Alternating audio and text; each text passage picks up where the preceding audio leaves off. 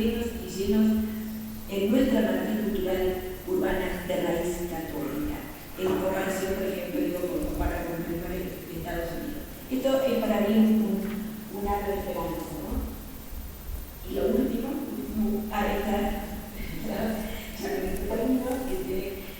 es que es interesante, me parece que concluye varios documentos que trabajan en tema de las organizaciones en América Latina.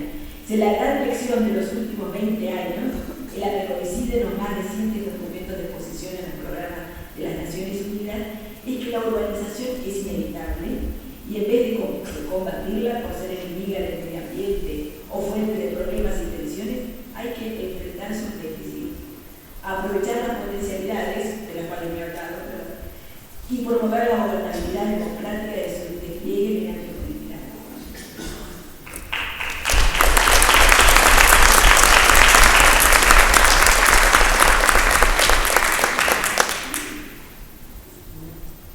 Bueno, vamos a continuar, muchas gracias, con la ponencia del doctor Abilio Vergara, que se titula Los problemas humanos y sociales en las ciudades contemporáneas.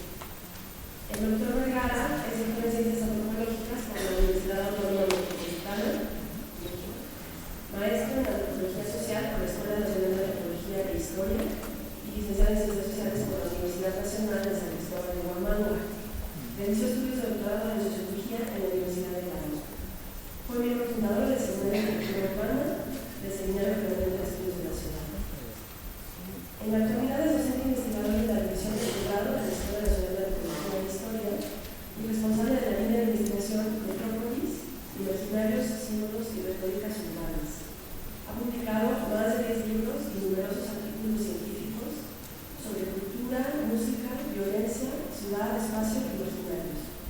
Es director fundador de la revista Antropología y Estudios de la Ciudad, que se publica en la Escuela Nacional de Antropología e Historia.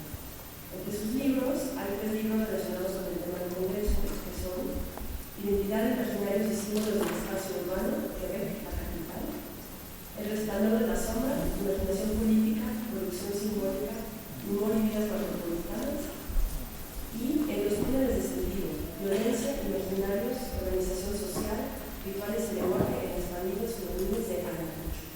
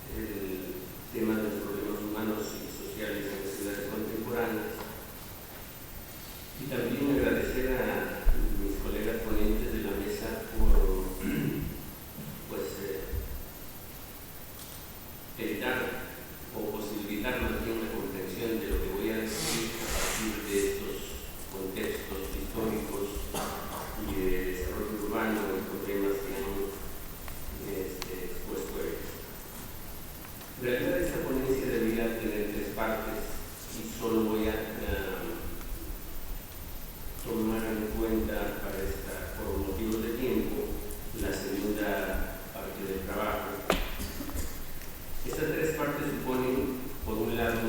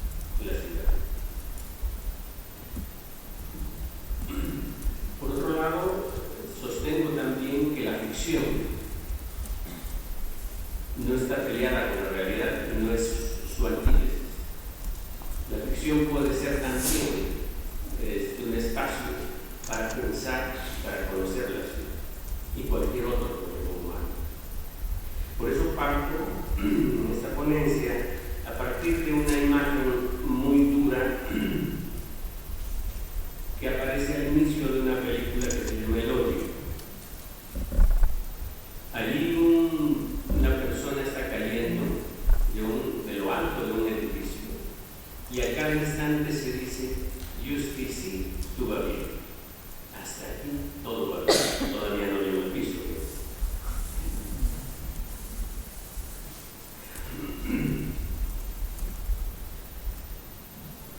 Esa película narra la historia de 3 jóvenes de los barrios periféricos de este país. Uno es un judío, otro un negro y un árabe. Solo esas presencias nos hablan de eso que decía al principio de la diversidad urbana. Para estos 3 jóvenes, digamos, la caída no es vertical en el sentido espacial, sino es horizontal y se vive a través de la trayectoria.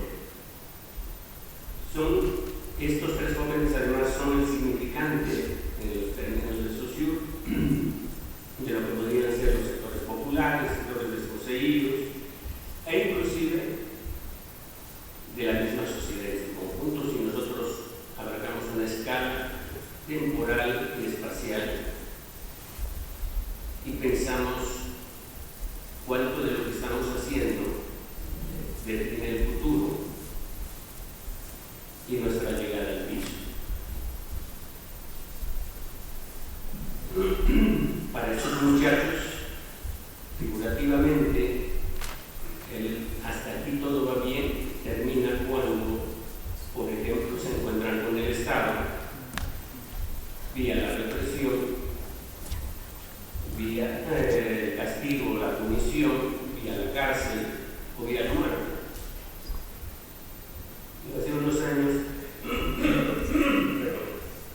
estudié un pandilleros en Perú y para ellos, por ejemplo, el horizonte temporal donde ellos podían encontrarse con el Estado estaba definido básicamente por lo que estamos haciendo, por lo que dije hace un rato con relación a los jóvenes: la cárcel, el hospital o el cementerio.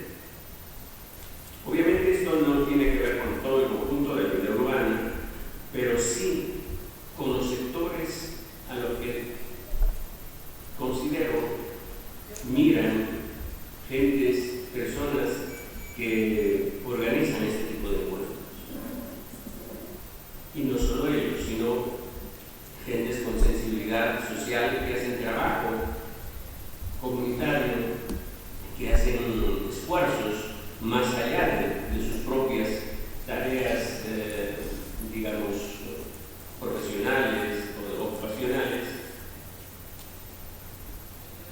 posibilitando algo que decía la colega, que el diagnóstico no sea solo oscuro, sino también esperanzador.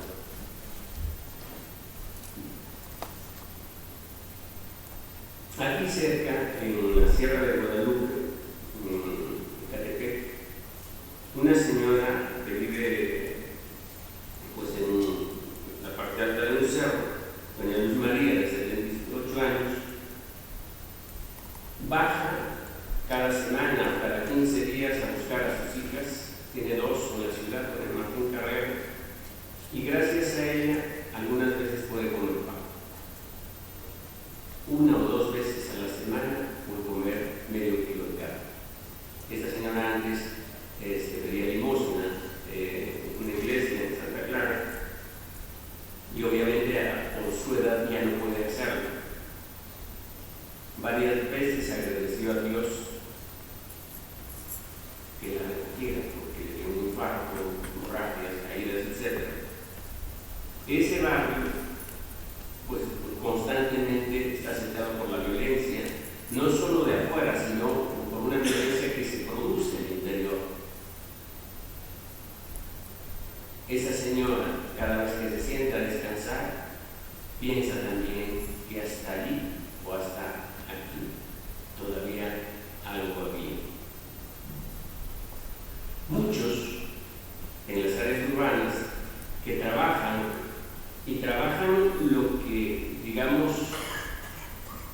les permite o les obliga más bien el trabajo y no se esfuerzan más en hacer otras cosas, incluso sujetos al peligro del despido, pueden también estar pensando en que hasta allí todavía todo va bien.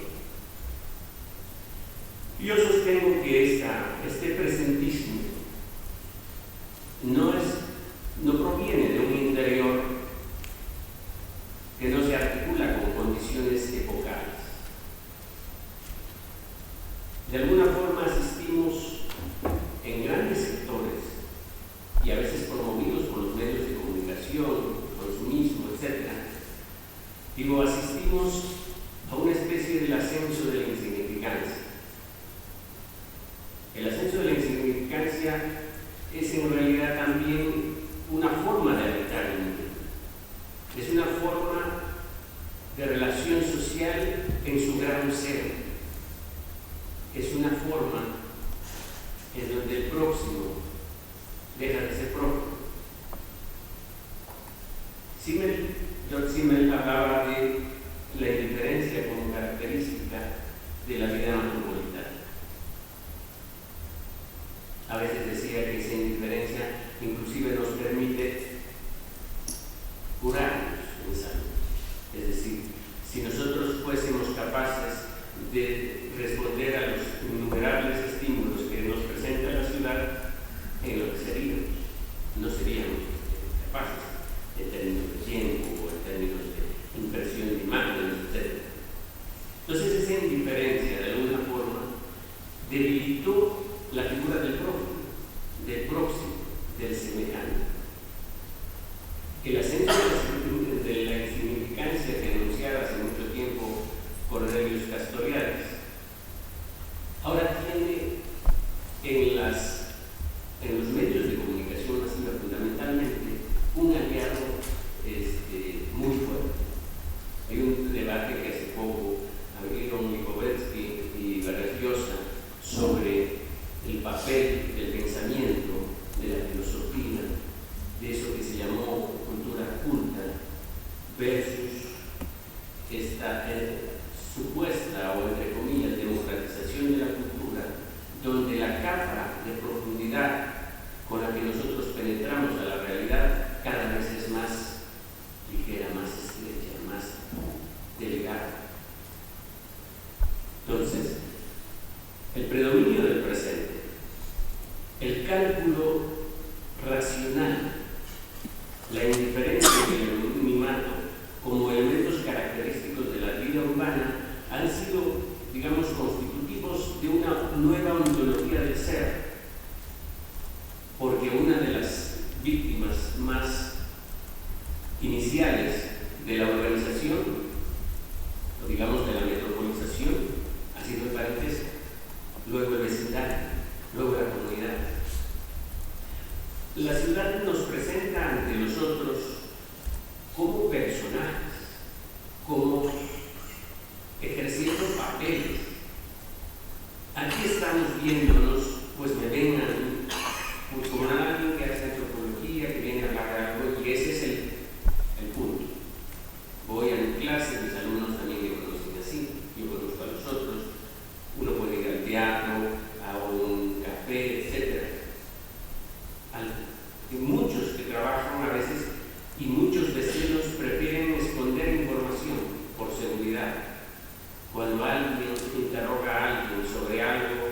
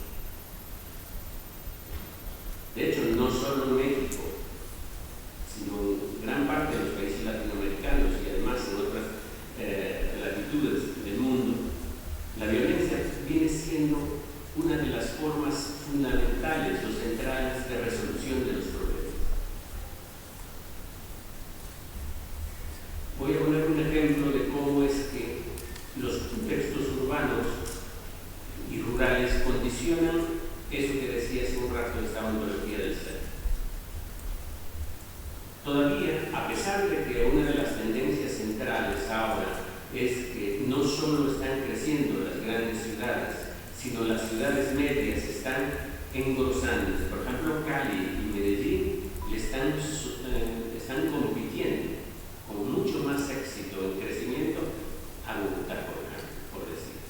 Pero, ¿qué les hace a las gentes la ciudad? ¿Y qué de algo que antes había se pierde?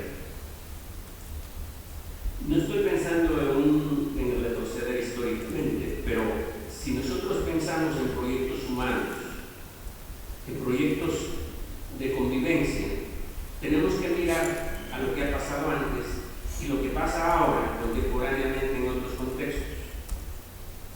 En casi 9 estados de México se están implementando lo que se llaman grupos de autodefensa o justicia comunitaria. En muchos de esos grupos se están discutiendo qué pueden hacer y hasta dónde pueden llegar. Debate, argumentan, discuten, se confrontan. En esos contextos es el lenguaje, la palabra, de alguna forma, la que da forma a la relación social. Ellos emergen, valga el aparente pleonasmo, ante emergencias, cuando el Estado no puede, ni en la ciudad ni en las áreas rurales, otorgar y garantizar la seguridad de las personas. Entonces, por ejemplo, en algunas de esas discusiones dicen: si alguien es encontrado culpable, ya hemos detenido a los 57 en el ejemplo de los libres, si los han juzgado, han liberado a muchos. Pero lo interesante es que dicen que si alguien es culpable, vamos a someterlo a una rehabilitación. Van a hacer trabajo social en distintas comunidades del municipio. Por otro lado, incluso incorporan cuestiones que de alguna forma han nacido en las ciudades y que tienen, digamos, valor universal, y ellos dicen: vamos a hacer el juicio respetando los derechos humanos. Claro, el concepto de derechos humanos tiene una dimensión cultural.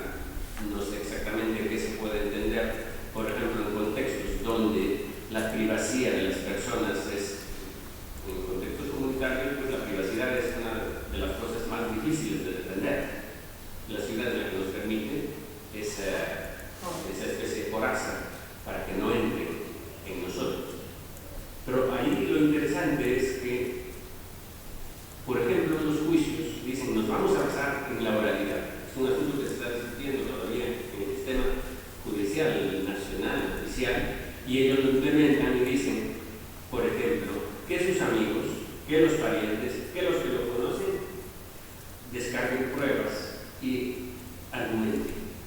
Fíjense lo importante de una especie de revolución jurídica, pero que es simplemente una tradición antigua de estos pueblos. La justicia oficial niega al pariente, al vecino, etcétera, que conoce el valor de veracidad, porque precisamente por tener lazos sentimentales, emotivos, puede mentir. En esos contextos comunitarios, obviamente, es más difícil mentir, porque en esos contextos casi a todos los conocen, no como personajes que muestran una faceta, sino como seres integrales, saben dónde vivimos, qué somos, si somos buenos como padres de familia, si cumplimos, si somos maestros, vamos siempre a la escuela y cumplimos con nuestros deberes, etc. Eso ocurre en contextos comunitarios. El debate actual es si es legal y si puede transformarse en grupos paramilitares. En áreas urbanas, frente a los mismos problemas del Estado para poder garantizar la seguridad de las personas, se responde con linchamiento. Fíjense, la distancia que hay entre el lenguaje de la furia y del miedo. El lenguaje de la gasolina, del fuego, de los golpes, etc. A esta otra forma de responder frente a esas carencias. A eso me refiero cuando digo que el urbícola, el habitante citadino, pierde los lazos sociales.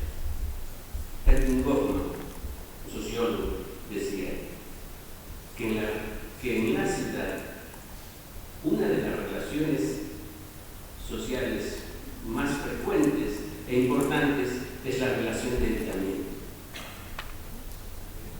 Volvemos de evitamiento, de evitarse uno al otro.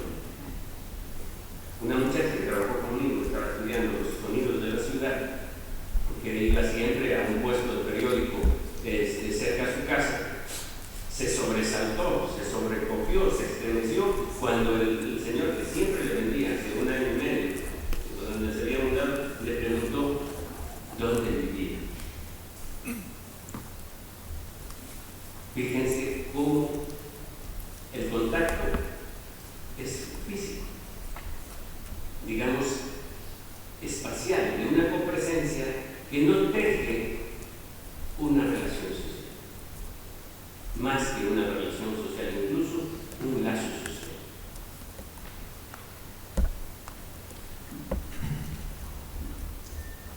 Veamos otro caso. El acoso escolar es un problema que se viene discutiendo con mucha intensidad y ha creado dramas. En el campo es muy difícil encontrar todavía este tipo de relación con el otro. Es posible, yo pienso cuando escribo, porque también la propia biografía y la propia experiencia pueden ser artefactos de conocimiento, que cuando yo era pequeño y nos daban pues un golpe, nos culpaban, etc., pues ahí estaba, y ahí nos levantábamos. El bullying o el acoso. Ahora, digamos que se posiciona en la esfera pública. Hay todo un lenguaje que habla, lenguaje de imágenes, puestos en internet, en las redes sociales, en los celulares, etc., que habla de esas agresiones. ¿Cuál es la relación que intenta establecer el acosador frente a su víctima? En realidad no es una relación per se, no es una relación que tenga que ver solo con el otro, es una relación fundamentalmente con un tercero, que es el auditorio, que aplaude, que ríe, que disfruta, que goza del sufrimiento del otro.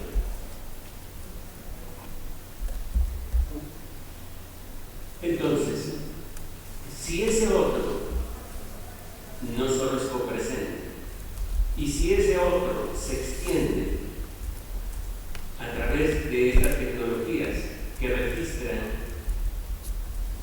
incluso han creado páginas y blogs para introducir en miles de registros de este tipo. Termino diciendo, si bien la argumentación y la ubicación del bullying o del acoso en la esfera pública constituye un avance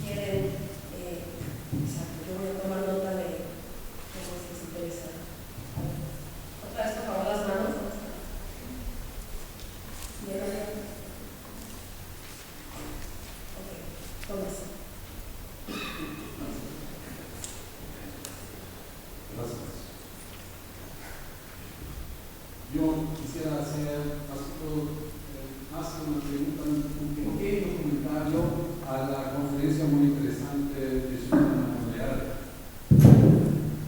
Yo creo que para analizar el proceso histórico de la urbanización, más que todo a partir del siglo XVIII, es casi indispensable también considerar el parámetro de más de la esfera privada y de la esfera pública, que muchos especialistas en historia de urbanización no lo han hecho suficientemente hasta ahora.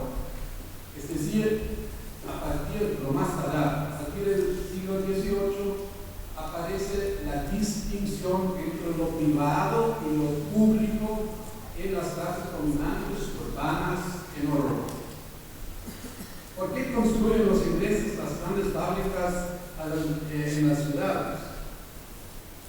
Y rompen su propia la atmósfera de la ciudad, porque ellos en su privacidad se pueden retirar al campo y vivir allí tranquilamente, solamente para dar un ejemplo.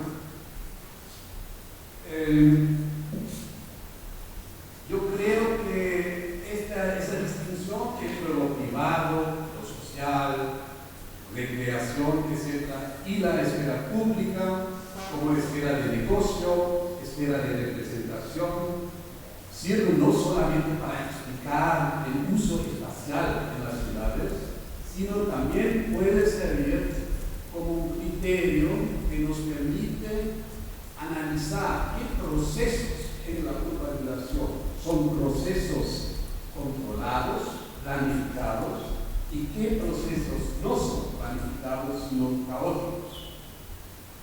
Otro aspecto de la esfera pública es que para explicar la rápida urbanización del siglo XX se distingue mucho entre factores, o mejor dicho, push factores y pull, ¿no? Hay cosas que la hacen la ciudad muy atractiva y otras que hacen el campo menos atractivo para esa ciudad. Y esto, la esfera pública, la representación posible en la ciudad, el acceso a teatros, el acceso al cine, esas cosas son un pull factor muy importante para explicar la atractividad de las urbes, más que todo después de la Segunda Guerra Mundial.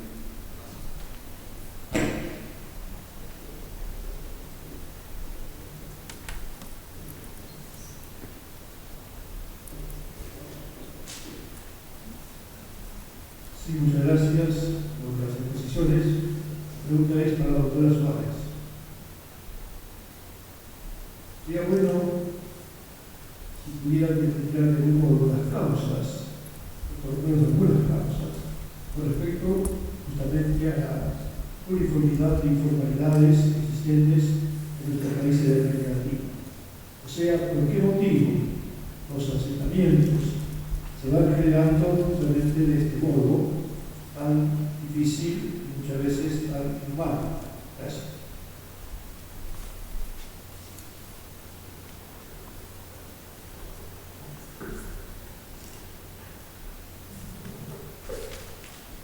Entonces reunimos primero todas las preguntas. Estaba la señora.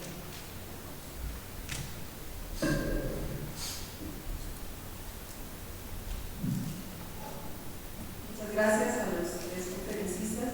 También quiero hacer una pregunta a la Lourdes, porque me quedó en inquietud cuando hablaste que en Argentina y en Brasil no se hablaba de agua argentino o agua brasileño. En Colombia se está hablando de afrocolombiana en el sentido de esta recuperación de identidades, pues desde todavía la necesidad de resistencia y de reclamar los derechos. Entonces la pregunta es si la inclusión en el derecho a la ciudad, pues no hay que hacerla más desde este mantener la identidad en este momento y de pronto se invisibiliza eso. Se intenta que el derecho a la ciudad sea un derecho pero uniforme. Y también la última cita que hablaba de que la urbanización es inevitable, que no hay que combatirla como enemigo, claro, pues, sí, creo que es un fenómeno irreversible, pero de cara como a esto me hizo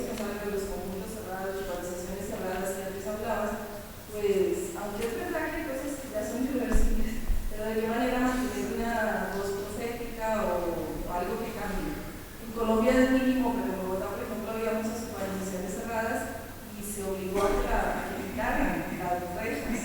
Y claro, pues todo el mundo protestó por la seguridad, pero lo cierto es que se han quitado. Y ahora, pues los parques que estaban en los conjuntos cerrados quedaron públicos. Prácticamente eran muchos problemas y los hechos en todo lugar. Pero bueno, alguna cosa se hizo.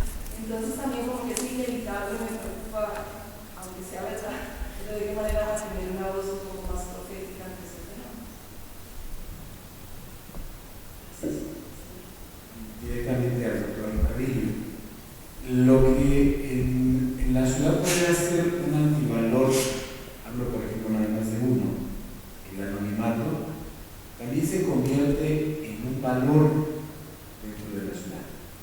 Porque la gente que, por ejemplo, en alguna situación en su proceso de vida cometió algún error, en la ciudad es más fácil que se incorpore nuevamente a la sociedad.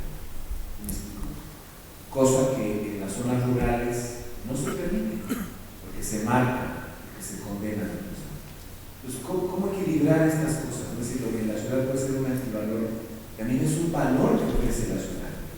Es decir, no todo el anonimato es algo negativo, también es algo positivo para la persona humana. La misma indiferencia también. En ese sentido que se recuperan las cuestiones de pluralidad, la multiculturalidad, la diversidad, por ejemplo, es un elemento positivo en la ciudad, en los diferentes aspectos. ¿Cómo interpretarlo desde ahí?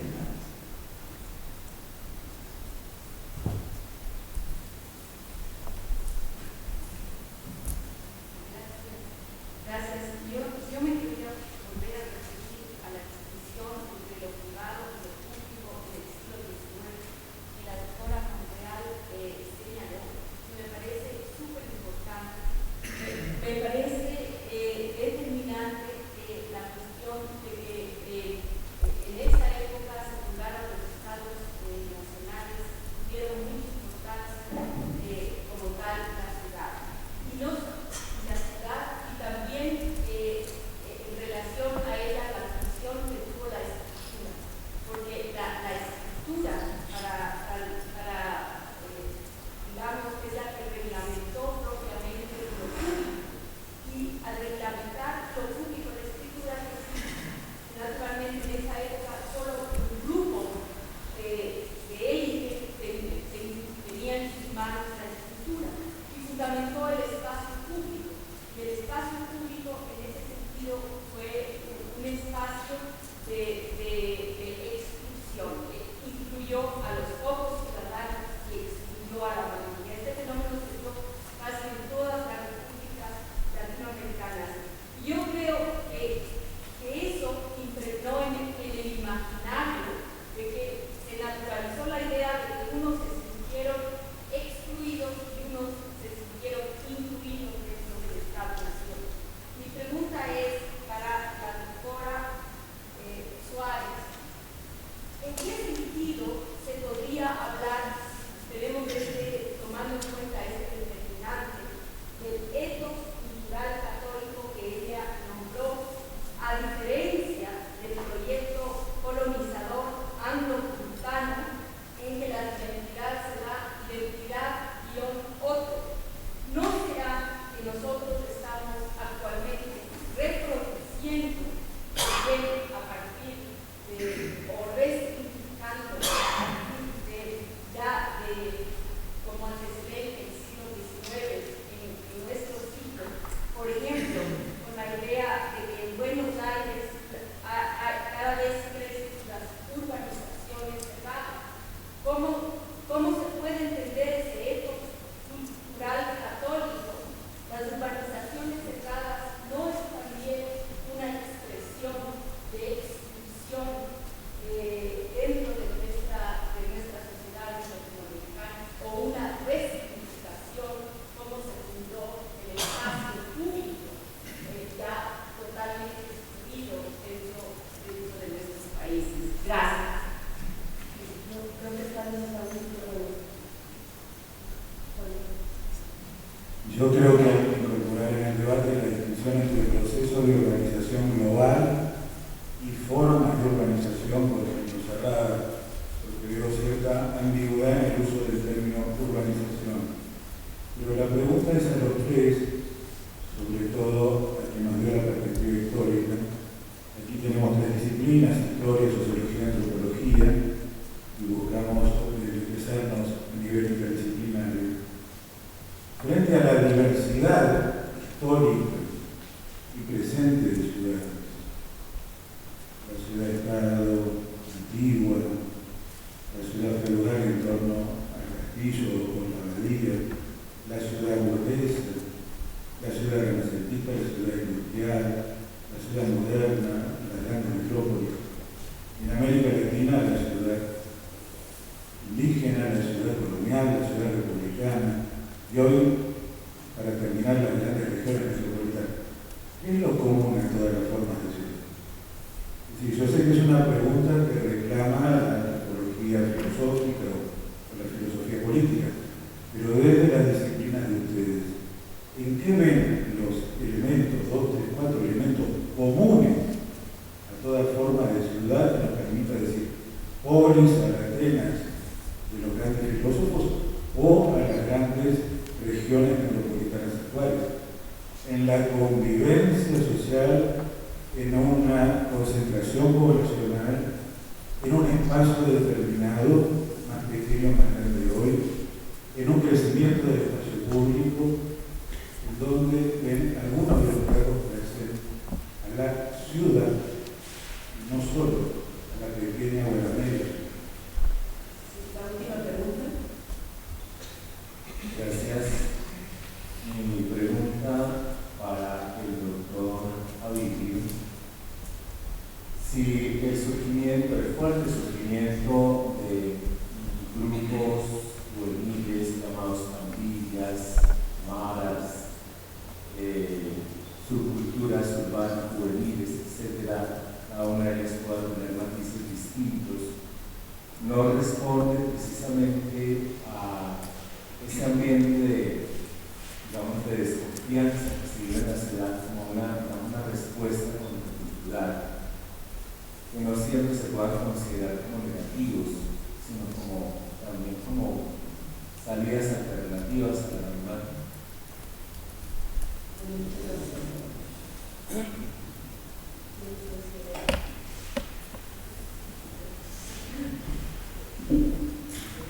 Son preguntas que requieren, pero vamos a sintético sobre las causas de la uniformidad, porque sí que los asentamientos es una pregunta excelente que todavía hay grandes debates y posiciones muy distintas realmente. Básicamente es un problema de no acceso, de posibilidad de tener una vivienda de otra manera, entonces se accede de esta manera, como decía antes, ¿no? Hay tres impulsores del acceso a la vivienda: el mercado, que es la clase media, ¿no? Claro, el Estado que ayuda a comprar, o sea, es más para acceder, y la necesidad. La necesidad, uno tiene que vivir en algún lugar, tener un techo para su familia, y la necesidad busca las tomas, los asentamientos. Bueno, eso en términos generales. El tema es y sobre todo en las metrópolis, yo cada vez lo veo más claro, un enorme problema del suelo, del acceso al suelo disponible, ¿no? Por eso es tan serio el tema de las urbanizaciones cerradas, porque acaparar el suelo, ¿no? De todas maneras, está obviamente muy vinculado a la informalidad, problemas laborales, a la precariedad laboral, a todo lo que hacen los mecanismos normales de integración, básicamente de educación y de trabajo estable. Entonces, la informalidad como elemento es ahora de vuelta, como debates hay varios, hay muchos que dicen, acá el gran problema es que para el acceso al suelo hay una legislación muy rígida, entonces mucha gente no puede acceder porque ponen estándares muy rígidos y muchísima gente queda afuera, entonces la gente, como no puede acceder, accede de otra manera. Otros dicen lo contrario, que la legislación es demasiado laxa para decir, y aparte depende muchísimo de las ciudades y de las circunstancias, ¿no? Lo cierto es que hay una persistencia y un crecimiento, y yo estoy convencida que las estadísticas oficiales ocultan muchísimo en relación a los asentamientos. Yo estoy trabajando ahora en asentamiento de la ciudad de Buenos Aires, y es impresionante el registro que nosotros hacemos, difiere muchísimo de los registros oficiales, con trabajo, o sea, realmente hay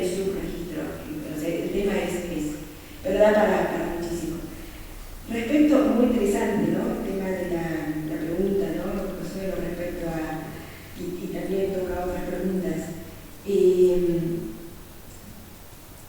A ver, sobre cómo mantener una visión profética, ¿no? Cuando yo empecé a estudiar el tema de la segregación racial, yo hice mi tesis doctoral sobre la segregación residencial. Entonces empecé con un paradigma, después pasé a otro y ahora cambiaría. En un momento yo misma compré el paradigma de que, bueno, la inseguridad, la búsqueda de distinción, el estilo Bourdieu, en fin, es reflejo de una sociedad jerárquica que quiere distinguirse. Yo creo que está mal pensar así, porque finalmente termina culpando y lamento yo misma haber pensado alguna vez así, ¿no? O sea, no es que me pensé así, pero me compré un poco ese discurso. Por eso me gustó muchísimo cuando encontré esto de Sabatini, que habla de guetos católicos. Es verdad, la sociedad latinoamericana tiene una experiencia de mestizaje, o sea, hay por todo, digamos, no estoy idealizando nada, pero podemos, o sea, que significa vivir en la diversidad, buscar entre posiciones distintas, culturas distintas, pero hay y de vuelta comparando, por ejemplo, con decir también algo del nuevo continente como es Estados Unidos, tenemos mucha ventaja, porque tenemos una cultura de mestizaje, que yo creo que con cosas como la que mencionaste, Consuelo, de decir hay que levantarlas, no se puede poner rejas, la gente dice que bueno que vivir sin rejas, porque la experiencia hace cultura. Uno cuando empieza a experimentar que está buenísimo vivir sin rejas, dice qué bueno, pero hasta que no tenés la experiencia la cultura no cambia, ¿no? Entonces, en fin. A ver. Entonces, de vuelta, lo del gueto cultural católico a mí me da una punta de esperanza, porque la verdad es que el panorama es sombrío y no hay nadie de organismos internacionales más que esté en nuestras instituciones de esperanza. La informalidad, la organización está para quedarse por mucho tiempo. Entonces, desde rescatar cuestiones donde desde lo cultural pudiendo nosotros como personas de iglesia, ¿no? De rescatar esto que hace a esta cultura de asimilación, del gusto a estar, digamos, a la mezcla, al intercambio, digamos, a lo cultural, que por supuesto siempre es, porque también no es una cosa u otra, implica también las afirmaciones de identidades propias, ¿no? Como mencionábamos. Son dinámicas que no se contraponen. Yo creo que no se contrapone. Afirmar identidades propias, como vos decías, afrocolombianos, no se contrapone. Y hay que tener cuidado, ¿no? De que los discursos no contraponen. Una cosa es absolutamente compatible con otra, absolutamente tiene la diversidad y la asimilación, son procesos que pueden ir juntos, tienen que ir juntos, ¿no?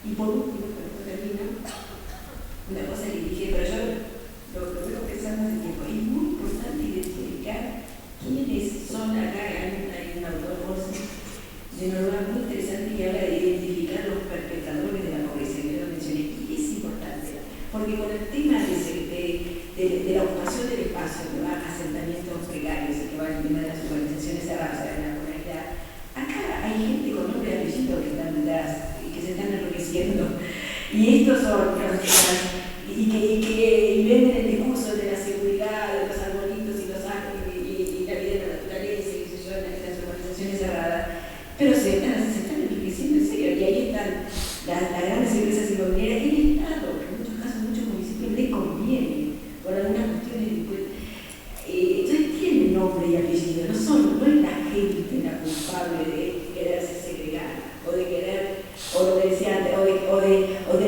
que el Estado los manda a zonas periféricas donde están totalmente desagregados. Son ellos los culpables de no darse cuenta de que tienen una vivienda hermosa, libre, qué sé yo, y se quieren volver. No, en realidad son malas políticas, no tiene otro nombre. Hay malas políticas de vivienda. Estoy absolutamente convencida, salvo excepciones, no me voy a poner, pero las políticas de vivienda que se están implementando en los países latinoamericanos, en la mayoría de los casos son malas, porque no van a dar vivienda.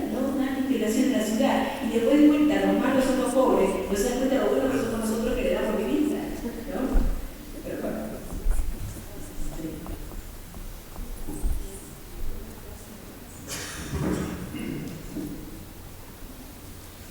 Quisiera partir de una diferencia que se un poco una complementación para responder a varias preguntas. Podemos ver también la informalidad desde otra perspectiva como respuesta. Es decir, no tanto porque el sistema legal dificulta el ingreso, sino porque el sistema en general, como dice por ejemplo las inmobiliarias, el sistema capitalista, dificulta la inclusión. Si nosotros leemos a Marx por un lado y a Bauman por otro, Marx hablaba del ejército industrial de reserva, es decir, que estaban en reserva y que podían entrar. Bauman habla ahora con la globalización financiera, que es la más exitosa, además de la militar, habla de poblaciones, de regiones deseadas. O sea, ya no son ejército industrial de reserva. Esa población no va a tener en este sistema nada. La ONU ha dicho que nosotros estamos a portas hacia el 25 de una catástrofe urbana. Los propios pobres están produciendo las condiciones para esa catástrofe, al habitar barrancos, al habitar zonas que no tienen seguridad, etc. Pero veamos, ¿dónde van a ir? Por otro lado, el espacio público, que es una de las características de la ciudad. He visto casitas, condominios horizontales, cuya lógica de los planificadores era bastante interesante. Es decir, poner jardincitos afuera e incluso prohibir que hagan rejas, para que por lo menos los niños, y a través de los niños son los verdaderos vecinos, son los que hacen que nosotros, los mayores, podamos comunicarnos con nosotros. Lo primero que se ha hecho es poner rejas. Eduardo Galeano decía, no solo los de arriba se encierran aquellos que no tienen incluso nada que perder. El asunto es decir, abarcar los múltiples factores que hacen que en ese contexto, en esa atmósfera de época, las inmobiliarias, el sistema, los humanos, la gente que dice cínicamente, la crisis es algo que no hay que desarrollar. O sea, no es algo que se deba desarrollar. Por otro lado, sí, el anonimato no es, por eso decía, la ponencia tiene como una estructura, 3 momentos. Una respuesta muy existencial. Un amigo antropólogo chicano que vivió mucho tiempo en Chicago volvió a Guanajuato y sintió el peso de las miradas. El peso de las miradas. Era un tipo identificable, era hijo de tal, vivía en tal lado, etc. No pudo soportar las miradas. Había cambiado, por eso digo, hay una nueva constitución del ser. De hecho, el anonimato da espacio a las opciones y es el espacio de la libertad y de la exploración. En su momento, la ciudad fue ese espacio para explorar, y esa es una de sus características también. Por otro lado, volviendo a la informalidad, la ciudad no solo es receptora y depositaria de la diversidad y de la heterogeneidad, es su propulsora. Urcánes dice, si antes la gente buscaba ocupación en los anaqueles de la tradición, de las ocupaciones tradicionales, la gente en la ciudad se inventa sus ocupaciones.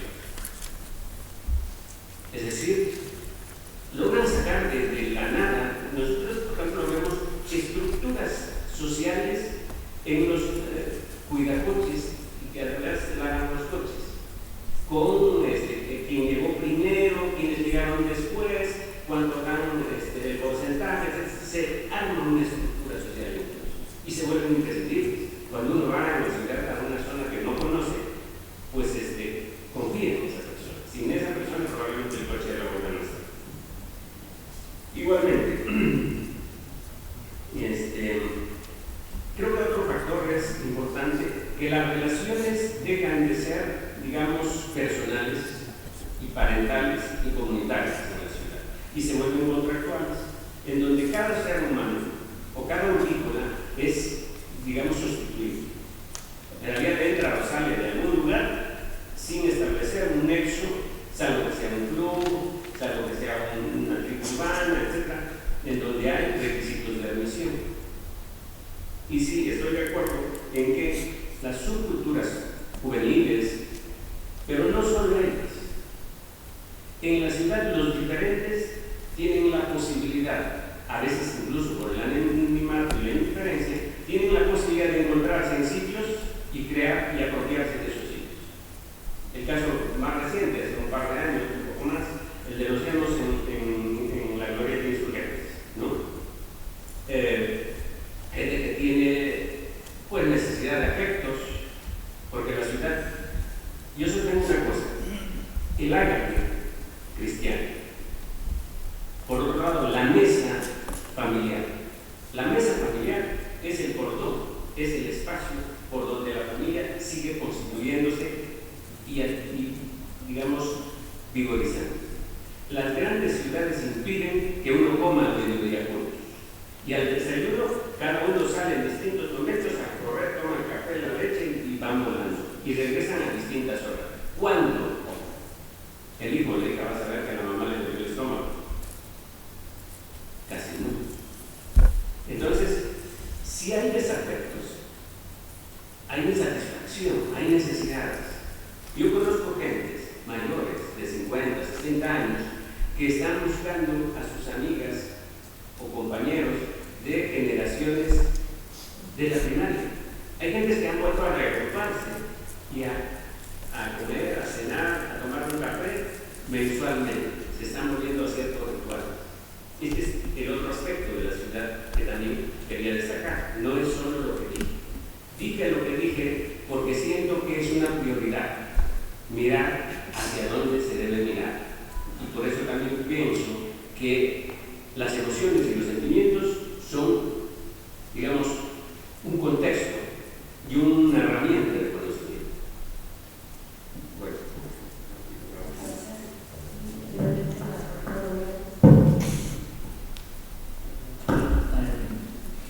Bien, agradezco los aportes de Tomás y de Pilar y la pregunta de Carlos Gaya. Y en realidad, eso de la pregunta sobre qué es lo constante en la ciudad, debo confesar que estuve permanentemente buscando ese punto cuando quería dar un hilo conductor a mi presentación. Y creo que hay hilos conductores, pero en Estados Unidos, pero puedo decir muy evidente, por un lado, y por otro lado para hacernos pensar un poco más a todos. Yo creo que en primer lugar es un elemento de la naturaleza humana, ¿no? Es decir, somos seres sociales, vivir con, nos hace bien, nos hace crecer. Y esto de los tiempos más remotos.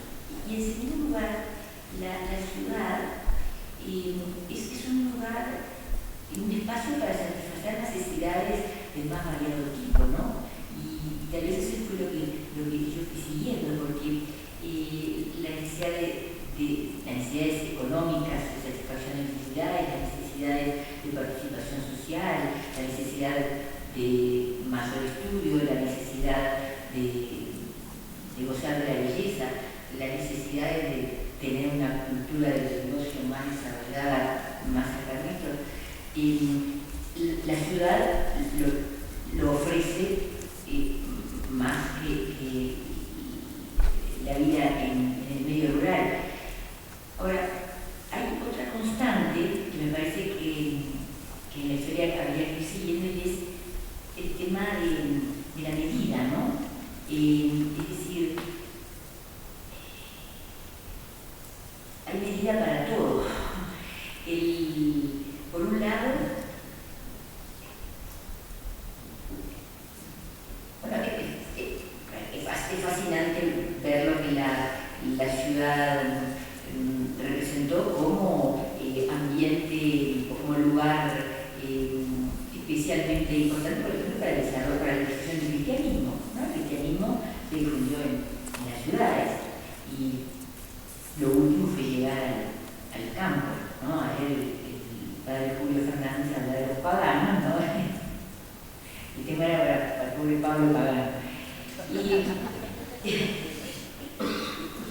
Y las ciudades también, bueno, uno se cansa de gozar de todo el arte y de toda la belleza que las ciudades han provocado a lo largo de la historia y que siguen provocando, que siguen creando. Para contar una medida, me refiero a que, a ver, Stefan vive en una ciudad, seguramente donde su calidad de vida es maravillosa. No me digas que no, que se vive pequeñita. No vive en el campo. Es verdad, vive en el campo. Entonces me voy a Martín. Martín en una ciudad, ¿cuántos habitantes tiene Martín? ¿Habitantes tiene? 160.000 habitantes.